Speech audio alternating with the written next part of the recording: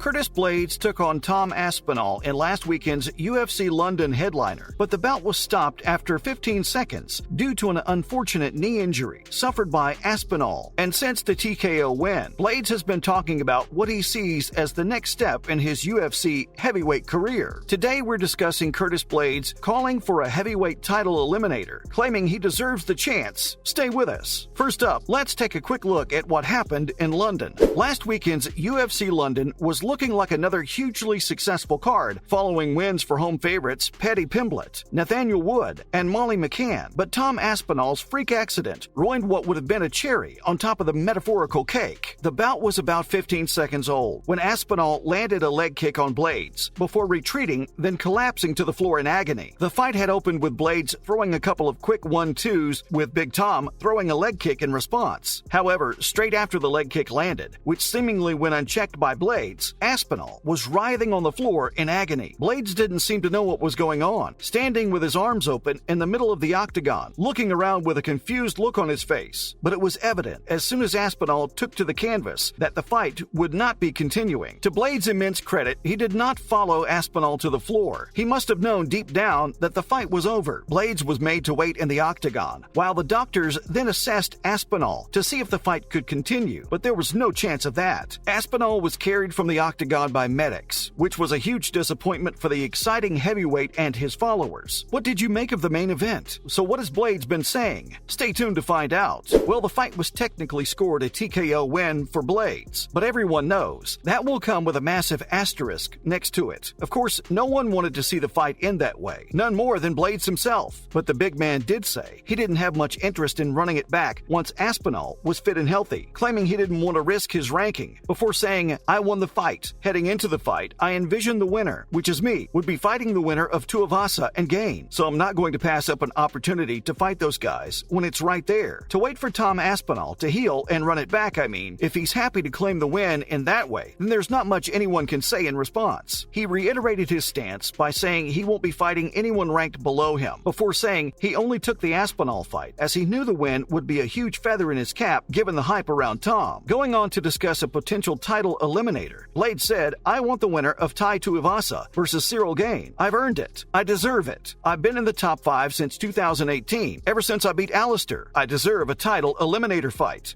He's probably right. What do you guys think? What else did the big man have to say then? Well, thankfully, he acknowledged the fact that his recent win over Aspinall won't have won him any fans, and also won't have meant much for his ranking, as well as Aspinall's. Currently only behind Tuivasa, Gane, Ngannou, and Stipe, it's safe to say that Blaydes can probably feel hard done by if he doesn't get a title eliminator next. There's also an argument to suggest he should have had a title shot by now anyway, having been in the top 5 for 4 years. Discussing his own hype, he claimed that he needs to go about business in successful fashion next time out, ideally by knocking out his opponent, which he believes will keep his own hype train well and truly on track, before saying, "You could win 4 fights in a row, lose a fight. Everyone says you suck. You could lose 3 fights in a row, win 1, and you're the greatest in the world. So the last fight's the only one that matters." And he's right. MMA fans are pretty fickle, and they only remember your most recent win. Blaydes then went on to discuss Aspinall, suggesting he's not as fast as everyone makes out, although how he would know that after only 15 seconds is anyone's guess. He claimed that Aspinall's got touch every time the pair came together, which was twice, before then going on to say he doesn't particularly believe in all the recent Aspinall hype. What do you guys think? Is Tom the real deal? A quick update on the Aspinall injury now. Stick around. This past week hasn't been the greatest of Tom Aspinall's career by any stretch of the imagination. After suffering his first loss, albeit in a manner which means little to nothing, Aspinall has been in the hospital, having his knee assessed. And on July 28, the Englishman took some time out to give fans a quick update on the injury. After revealing that he had been down in the dumps for most of the week, he went on to say that he expects to go under the surgeon's knife sometime next week. He explained that with most knee injuries, you must wait for the swelling around the injury to go down before an accurate assessment can be made via MRI, but went on to say he fully expects the MRI to reveal that he needs surgery. Aspinall, who became the quickest person to 5 UFC wins in terms of octagon time after his last win over Alexander Volkov, then went on to say he expects to have surgery in London next week, before thanking well-wishers, saying, "So I just want to say a massive thank you to everyone who's been reaching out. Obviously, I've been offline, been down in the dumps since Saturday night, but hopefully we'll get it fixed, get surgery early next week. Of course, Aspinall will be back, hopefully better than ever. What do you think is next for the big man once he returns? Next up, Blaydes has detailed how he came to share a beer with Aspinall post-fight. Shortly after their fight was abandoned last weekend, pictures were quickly circulated online showing Blaydes and Aspinall sharing a beer. And speaking on this week's The MMA Hour podcast, Blaydes explained that his father had a big hand in orchestrating the debrief. He said that after the fight, he was in his room when his dad walked through the door and told him he just bumped into Tom's dad in the hotel bar. Of course, both fighters were staying in the same hotel, and Blaydes explained that his father is a bit of a talker, saying he was down there and he bumped into Aspinall's dad. And my father is a talker. He'll make friends with anybody. He'll be your best friend if you guys have a drink. The big heavyweight then said that once his dad came back to the room, he told him that Tom wanted to have a beer with him in his room, so that's what they did. Curtis went on to say, so I was like, okay, I'm down. So then we go up there, and they're really nice. The whole Aspinall crew, his whole squad, his dad, his uncle, everyone, even the women. Everyone was super nice, super cool. I mean, that's how it should be, right? At the end of the day, it's just sport, and two competitors should be able to share a drink afterwards. Whatever the outcome. What did you make of the picture? And finally, Blaydes has been talking about Jon Jones. Just before his fight with Aspinall last weekend, Jon Jones took to social media to call Curtis out over a perceived diss. After Blaydes said he's backing Stipe to get the job done over Jones should the pair meet. He also said that Jones doesn't have that one-punch KO power a la someone like Mark Hunt. Jones was quick to fire back, telling Blaydes to focus on his upcoming fight before labeling him tiny, which is hardly accurate. The former light heavyweight king also told Blaydes that hating on me won't propel you into being a champion, but Blaydes doesn't understand why Jones is mad at him. Speaking on Helwani's show this week, Blaydes mused that Jones' lifestyle might have something to do with it, saying, I don't understand why he took such offense to what I said, but I'm over it. I don't feel like I said anything super disrespectful or super aggressive. Maybe he had a few too many drinks that night. I don't know. Blaydes also said that he wouldn't be angry if Jones takes on Stipe as long as he gets the winner of Gane versus Tuivasa next, but also said he would be down to fight Jones if that's what Dana wants. Who do you guys have if Jones and Blaydes throw down? As usual, thanks for joining us today. And why not do us a solid by liking and sharing today's video, while also subscribing to our channel so you don't miss out on other great bits in the future. Bye, guys.